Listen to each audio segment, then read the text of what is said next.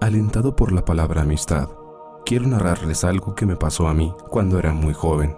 Como preámbulo, quisiera decirles que, como saben, soy de Guadalajara y cuando nací aún había llanos en la ciudad, lo que después se dio por nombrar lotes baldíos. Por las noches, era muy común en el barrio que nos juntáramos los chiquillos con los grandes a jugar y de vez en vez, sobre todo cuando se iba la luz, los adultos se ponían a contar cuentos de fantasmas, brujas y toda la cosa. Recuerdo muy bien que cuando había luna llena se veía un vampiro. Había bastantes, era de tamaño considerable y ayudaba bastante para ambientar los relatos de los adultos. Sabíamos que eran solo cuentos. Nada me preparó para lo que viví años más adelante. Aquí, mi relato. Por aquellos años, cuando estudiaba la primaria, comenzó una vida nómada, ya que la familia atravesaba por una mala racha. Al preguntar por qué no debíamos de cambiar de casa y, obvio, de barrio, mis papás y los hermanos mayores solo nos decían: están muy chicos ustedes, no entienden. Así las cosas, empacamos lo que teníamos y nos mudamos a una casa enorme que quedaba a unas cuadras del barrio donde nacimos. La casa nos sedujo, o quizá deba decir, a mí me sedujo porque tenía un patio en la parte de atrás muy grande con árboles frutales. El espacio lo supo aprovechar mi madre muy bien y después de comprar unos metros de alambre y hacer un corral, comenzó a llenarlo con pollos, gallinas, guajolotes, palomas, etc.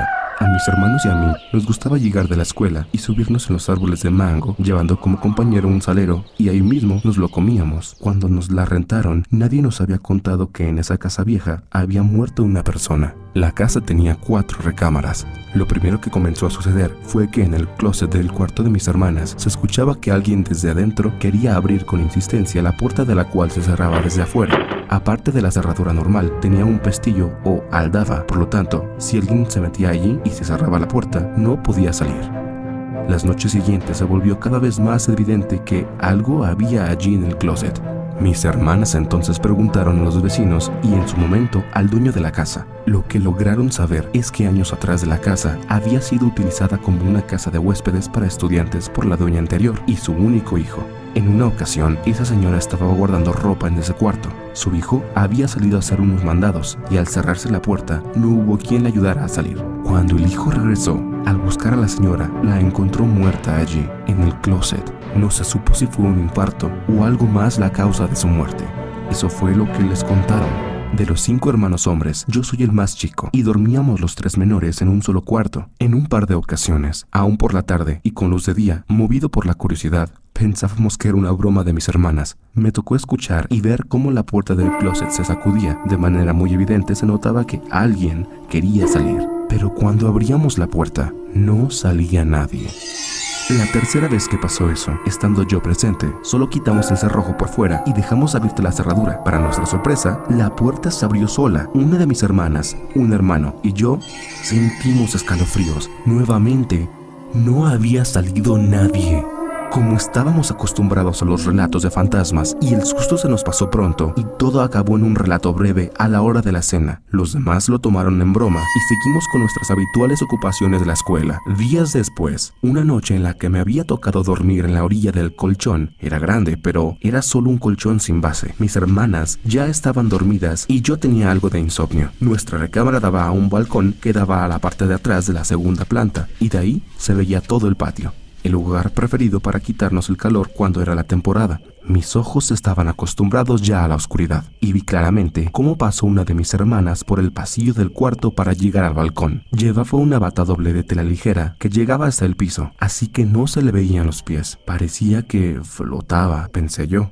Para mí fue de lo más normal y minutos después yo también salí al balcón para refrescarme, buscando así conciliar el sueño. Al pasar al lado de mi hermana, no volteé a verla. Por respeto, solo percibí que se balanceaba en una silla mecedora y me fui hasta la orilla del balcón para recibir mejor el fresco de la noche.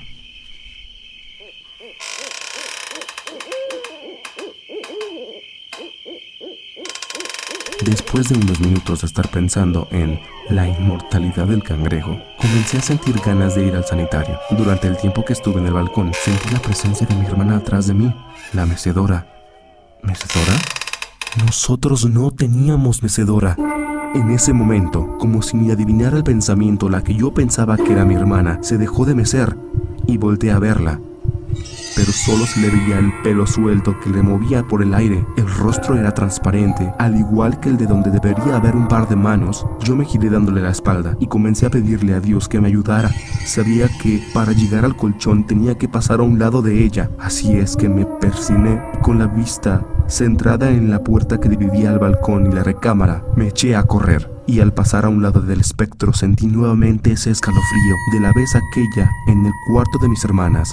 Claramente vi cómo se levantó una manga de la bata, señal inequívoca de que me quería sujetar. Al entrar al cuarto yo sentí que me faltaban muchos metros para llegar hasta donde dormían mis hermanos. El cuarto no era tan grande, pero yo así lo veía. Al llegar a la orilla del colchón, me aventé hasta el lado que daba a la pared y obligué a mis hermanos a moverse a la orilla. Jalé la parte de la cobija que me pertenecía y me tapé hasta la cabeza. Yo sentía que esa cosa estaba allí, al pie del colchón, como esperando que yo me destapara. Obvio, no lo hice. La verdad, no sé cuántos Padres Nuestros y demás oraciones recé hasta que me quedé dormido.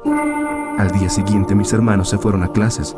Yo tenía fiebre y me dolía el vientre bajo por no haber ido al baño en la noche, hasta que a mi cuarto entró una de mis hermanas para verificar que estaba malo y pude ver la claridad del día. Salí corriendo al sanitario, lo que debía ser hace ya varias horas por la noche. Mi malestar pasó, la fiebre bajó, jamás la volví a ver en las siguientes noches, pero la sensación de que esa entidad transparente y con bata habitaba esa casa nunca se me quitó.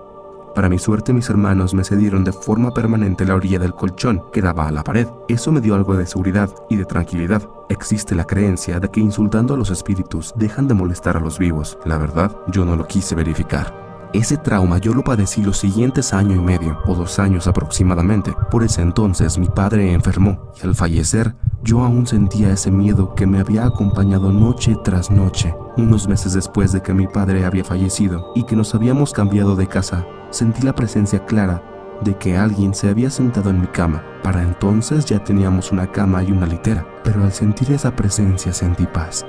Sentí mucha paz. Entre mis pensamientos, sabía que era mi padre. Sentí que estaba allí para protegerme. Mi miedo a la oscuridad desapareció, como por arte de magia. Volví a dormir en paz.